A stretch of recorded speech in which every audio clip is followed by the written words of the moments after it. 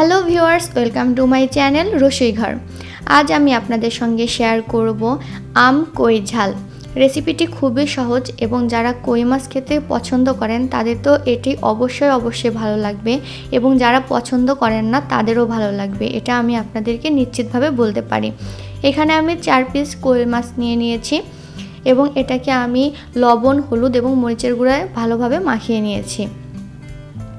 এবার নিয়ে নিয়েছি কাঁচা আম, এভাবে কেটে নিয়েছি। এখানে আছে পেঁয়াজ বাটা, রসুন বাটা এবং আদা বাটা, আর আছে মরিচ। এখানে কাঁচা মরিচ ব্যবহার করেছি আমি, আর আদাটাকে ফিনিশ করে আপনারা বাটবেন না। এখানে গুঁড়ো মশলার মাঝে আছে হলুদের গুঁড়া, মরিচের গুঁড়া এবং ধনিয়া গুঁড়া। এবার আমি একটি কড়াই নিয়ে নিয়েছি এবং তাতে তেল গরম করে নিয়েছি। তেল গরম হয়ে গেলে এর মাঝে এক এক করে আমি মাখিয়ে রাখা কই মাছগুলোকে দিয়ে দিব।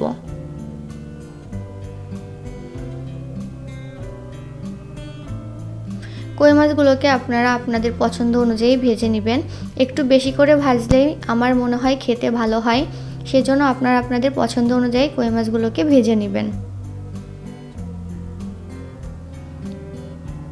আমার এই ভিডিও যদি আপনাদের ভালো লেগে থাকে তাহলে আমার চ্যানেলকে অবশ্যই সাবস্ক্রাইব করবেন এবং পাশে থাকা বেল আইকনটি প্রেস করবেন। ধন্যবাদ। এভাবে আমি কই মাছগুলোকে ভালোভাবে ভেজে নিয়েছি। এবার তেল থেকে আমি এগুলোকে তুলে নেব। ওই একই তেলের মাঝে আমি বাকি রান্নাটাও করে ফেলব। এখন দিয়ে দিচ্ছি আদা, এটা হাফ বাটা বলতে পারেন, খুব মিহি করে আমি এটাকে বেটে নিই নাই। আদা থেকে খুব সুন্দর একটা ঘ্রাণ বের হয়ে গেলে বাদ বাকি উপকরণগুলো এক এক করে যোগ করে দেব। এইখানে গ্যাসের ফ্লেম আপনারা লোতে রাখবেন, যেহেতু এখানে আমি গুঁড়া মশলা ব্যবহার করব বা প্রথমে আমি এখানে আদা দিয়ে নিয়েছি, সেজন্য এখানে গ্যাসের ফ্লেমটা লোতে রাখা উচিত।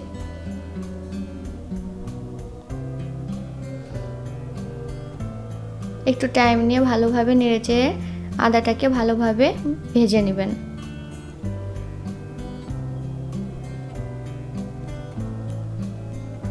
এবার এর মাঝে দিয়ে দিচ্ছি পেঁয়াজ বাটা এবং এখানে রসুনের পরিমাণটা 2 ক থেকে 3 ক রসুন আপনারা ব্যবহার করবেন, চাইলে আপনারা রসুনটা বাদও দিতে পারেন। এবং দিয়ে দিচ্ছি কাঁচামরিচ।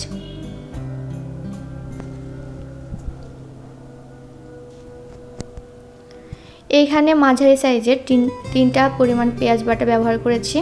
এবার মশলাগুলোকে আমি খুব ভালোভাবে কষিয়ে নিব। দেখতে পাচ্ছেন মশলাগুলো ভালোভাবে কষানো হয়ে গেছে। এবার এর মাঝে দিয়ে দিচ্ছি কেটে রাখা আম। আম চাইলে আপনারা আরও ছোট করে কেটে নিতে পারেন বা চাইলে আরও বড় করে কেটে নিতে পারেন, আপনারা আপনাদের পছন্দ অনুযায়ী আম কেটে নেবেন। আর এখানে আমি আমের পরিমাণ বলে দিচ্ছি না, তার কারণ আপনারা যতটুকু পছন্দ করবেন টক খেতে ঠিক তত পরিমাণে আম এখানে যোগ করবেন। আম দিয়ে আরও বেশ কিছুক্ষণ আমি এই মশলাটাকে ভালোভাবে কষিয়ে নিব।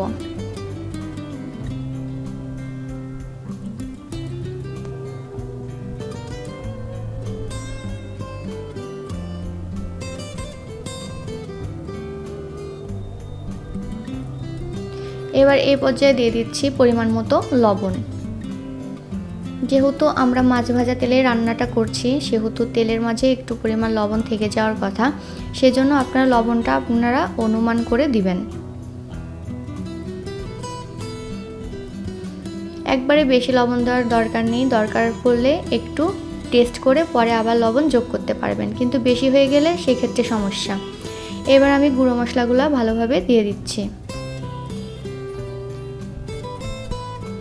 গুঁড়ো মশলার সঙ্গে আমি আমগুলোকে মিশিয়ে নিচ্ছি। এই পর্যায়ে গ্যাসের ফ্লেম আপনারা লোতে রাখবেন। দিয়ে দিচ্ছি পরিমাণ মতো জল এবং খুব ভালোভাবে নেড়ে নিচ্ছি।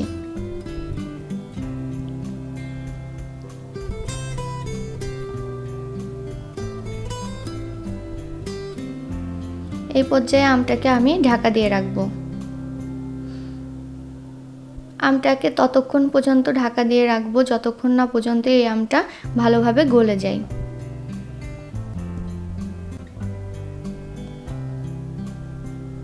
এর মাঝে মাঝে আপনারা একটু চাইলে নেড়ে দিতে পারেন।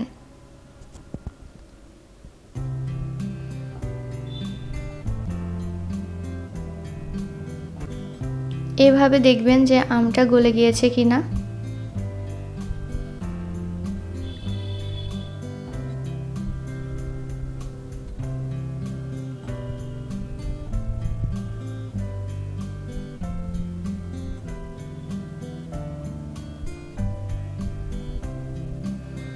আরও কিছুক্ষণ রাখার উপর আমি ঢাকনাটাকে সরিয়ে নিচ্ছি। এবার ভালোভাবে স্প্যাচুলার সাহায্যে আমটাকে আমি একটু মাখো মাখো করে নিচ্ছি। আপনারা যদি চান তাহলে আমটাকে এভাবে আস্তেও রাখতে পারেন, কিন্তু আমি আপনাদেরকে সাজেস্ট করব যে আমগুলোকে এভাবে গলিয়ে নিতে, তাহলে টেস্টটা আপনারা যে আসল টেস্ট সেটা পাবেন।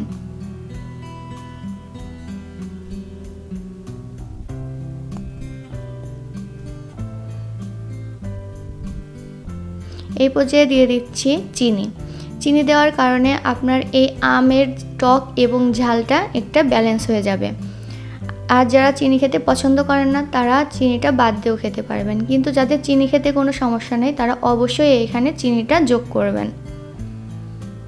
চিনি যোগ করার ফলে আপনার এখানে মাছটার স্বাদটা আরও বেড়ে যাবে। এবার যতটুকু ঝোল রাখতে পছন্দ করবেন ঠিক ততটুকু পরিমাণ জল দিয়ে নেবেন।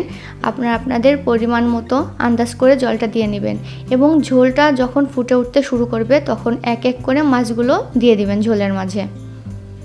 মাছগুলো দিয়ে খুব বেশি নাড়াচাড়া করার দরকার নেই, তাহলে ভেঙে যেতে পারে। এবার ঢাকা দিয়ে আমি কিছুক্ষণ রান্না করব। আমি ঢাকা তুলে নিয়েছি, দেখতেই পাচ্ছেন আমার ঝোলটা ঘন হয়ে গিয়েছে। এই পর্যায়ে আমার রান্না শেষ, আমি এটাকে নামিয়ে নিব।